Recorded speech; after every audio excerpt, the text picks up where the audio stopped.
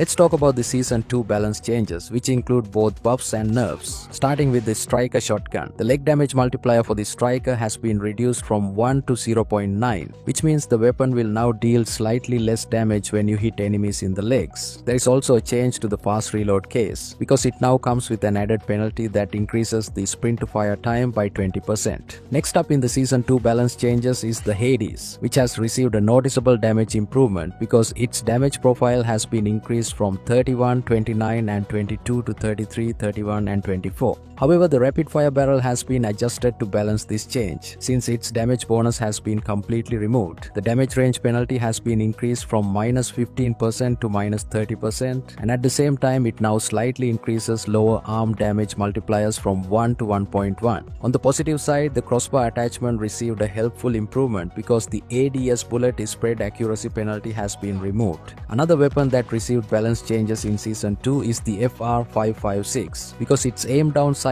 time has been reduced from 240 milliseconds to 220 milliseconds. At the same time, its aim down sight movement speed has been adjusted from 2.8 meters per second to 3.03 meters per second. The VLK Rogue's XRK Relay Grip now comes with a new bonus that reduces bolt time by 10%. On top of that, the choke attachment has been improved, since its aim down sight and hipfire spread bonuses have been increased from -10% to -20%.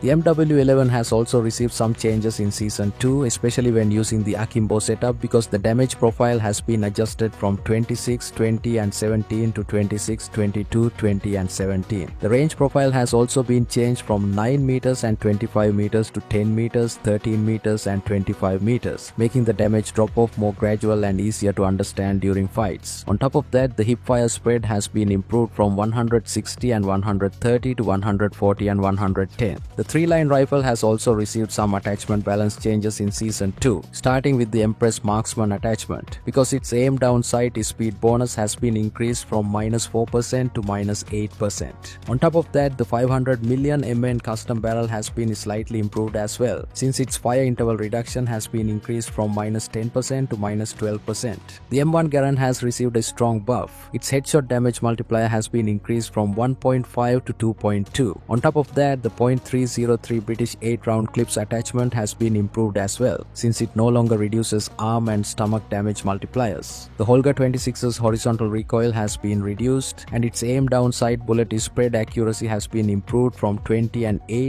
to 16 and 8. In addition to that, both the Holger 26K double stack carbine magazine and the Holger 26C lightweight polymer magazine now increase chest and lower arm damage multipliers from 1 to 1.1. The QQ9 has also received a useful buffs, because its range profile has been improved from 11, 16 and 20 meters to 12, 18 and 22 meters. The 10mm 30 round reload attachment has been improved as well, since it now increases the stomach damage multiplier from 1 to 1.1. The Kilo 141 has also received a small buff, because the YKM integral suppressor light attachment now increases the weapon's initial damage from 29 to 30. This change may seem minor, but it can make a real difference in gunfights by helping the Kilo 141 secure kills more reliably, especially at close range. The 50GS's fire interval has been reduced from 365 milliseconds to 300 milliseconds. The Reneti has also been improved, since its stomach damage multiplier has been increased from 1 to 1.1. Season 2 also brings several changes to perks, equipment and special items, starting with limited time perks, because most of the LT perks have been added back into the game, except for Tracker and Recon, which remain unavailable for now. The Sparrow crossbow has been slightly nerfed, since its arrow capacity has been reduced from 6 to 5.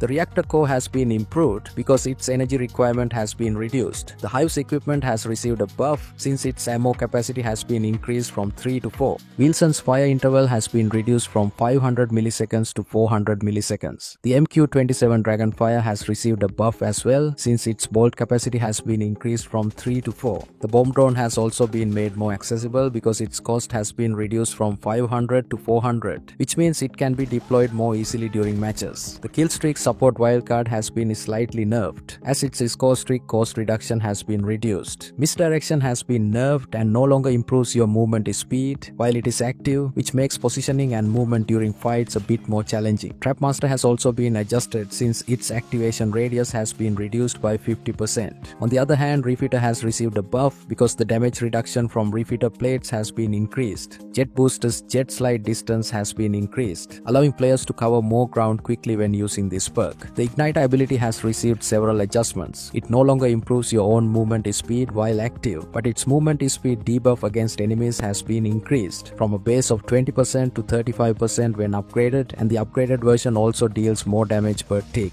increasing from 15 to 25. Defender has also been changed because it no longer deploys a flashbang after activation, but now provides damage resistance to the user upon deployment, making it more defensive and survivable in fights. Keep in mind that all these test server balance changes are still subject to change until they are officially announced in the live update. We now have our first look at the upcoming Legendary Type 19, and it features a very premium design with glossy black and polished gold colors, along with a sleek shape that almost looks like a horse, complete with swirling blade-like extensions and small glowing purple accents. This weapon skin matches extremely well with the expected character skin from the same lucky draw, which makes the overall theme feel very clean and well designed. COD MCN will collaborate with the 5 Gods of Wealth. The collaboration event will likely be similar to previous collabs, museum and coffee shop, featuring new ultra loot items in DMC along with in-game tasks. Other versions will likely receive the new ultra loot items in an upcoming update for DMC mode. This information comes from the 2026 Call of Duty Mobile roadmap that was shared during the CODM Taiwan offline event, and it gives us a good idea of what players can expect in the future. In terms of the gaming experience, multiplayer and battle royale are both planned to receive a brand new ranked match system, along with new maps and new weapons for both modes, while DMC Recon will start launching a new season every 3 to 4 months, and a new DMC Recon map will be added every quarter, with additional limited time modes and casual game modes also planned.